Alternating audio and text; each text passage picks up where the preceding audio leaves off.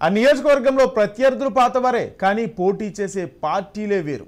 ఆసక్తికర పోరుకు వేదికగా మారింది నకరికల్ నియోజకవర్గం. ఉమ్మడి ఆంధ్రప్రదేశ్లో నకరికల్ కమ్యూనిస్టులకు కంచుకోటగా ఉండేది. ఈసారి జరుగుతున్న ఎన్నికలు మాత్రం ఇంట్రెస్టింగ్ ఫైట్కు తెరలేపాయి. కాంగ్రెస్లో గెలిచి బీఆర్ఎస్ కండువా కప్పుకున్న చిరుమర్తి లింగయ్యను ప్రజలు నమ్ముతారా, లేక బీఆర్ఎస్లో ఓడి హస్తం గూటికి చేరిన వేముల వీరేశానికి పట్టం కడతారా? నకరికల్లో గెలుపు ఎవరిది? గ్రౌండ్ రిపోర్ట్లో చూద్దాం. నకిరేకల్ అసెంబ్లీ నియోజకవర్గం అంటేనే కమ్యూనిస్టుల కంచుకోట. అప్పట్లో సిపిఎం కు నకిరేకల్లో గట్టి పట్టు ఉండేది. నకిరేకల్ నుంచి ఎమ్మెల్యేలుగా సిపిఎం నుంచి గెలిచిన నర్రా రాఘవరెడ్డి, నోముల నరసింహయ్యలు ఆ పార్టీ శాసనసభాపక్ష నేతలుగా పనిచేశారు. 1967, 1978, 1983, 1985, 1989, 1994 వరకు నర్రా రాఘవరెడ్డి రూపంలో ఎర్ర జెండాను ఎగరవేశారు. 1999, 2004లో నోముల నరసింహయ్య గెలిచారు. ఇలా నకిరేకల్ నియోజకవర్గంలో దాదాపు 30 ఏళ్ల పాటు కామ్రేడ్లకే ప్రజలు పట్టం కట్టారు. ఆ తర్వాత 2009లో కాంగ్రెస్ తరపున బరిలోకి దిగిన చిరుమర్తి లింగయ్యకు విజయం వరించింది. 2014లో బీఆర్ఎస్ అభ్యర్థి వేముల వీరేశం గెలిచారు. 2018లో మళ్లీ చిరుమర్తి లింగయ్య కాంగ్రెస్ నుంచి గెలిచి 2019లో బీఆర్ఎస్ తీర్థం పుచ్చుకున్నారు. చిరుమర్తి లింగయ్య గులాబీ గూటికి చేరడంతో వేముల వీరేశం వర్సెస్ చిరుమర్తిగా పాలిటిక్స్ నడిచాయి. బీఆర్ఎస్ లో ఉన్నప్పటికీ ఇద్దరు నాయకులు కలిసి పనిచేసింది లేదు. లింగయ్య వీరేశం అనుచరుల మధ్య విభేదాలు కూడా చెలరేగాయి. నేతలిద్దరి చేతులు కలవని కారణంగా రెండు వర్గాలు ఉప్పు నిప్పులా మారాయి.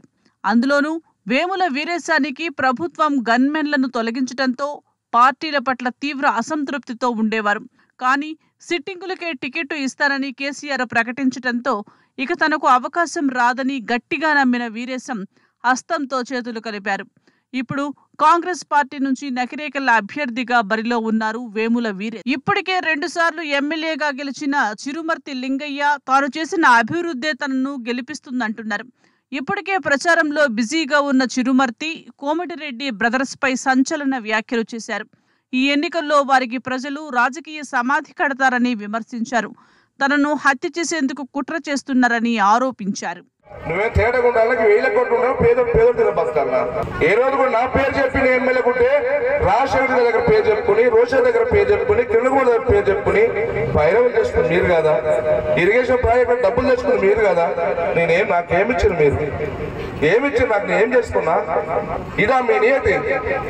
మిమ్మల్ని నమ్మి అన్నందుకు ఎవరైనా రాష్ట్రం ఉమ్మడి రాష్ట్రం అనేది ఈ చిరుమర్తిగా మాట అంటే ఒప్పుకోడు. ఎవరైనా కోమటెంట్ అంటే అలా పేరు తెచ్చి మీ అందరు గౌరవం కాపాడి పనిచేసిన ఏ రోజు దిగజారి పని చేయలేదే.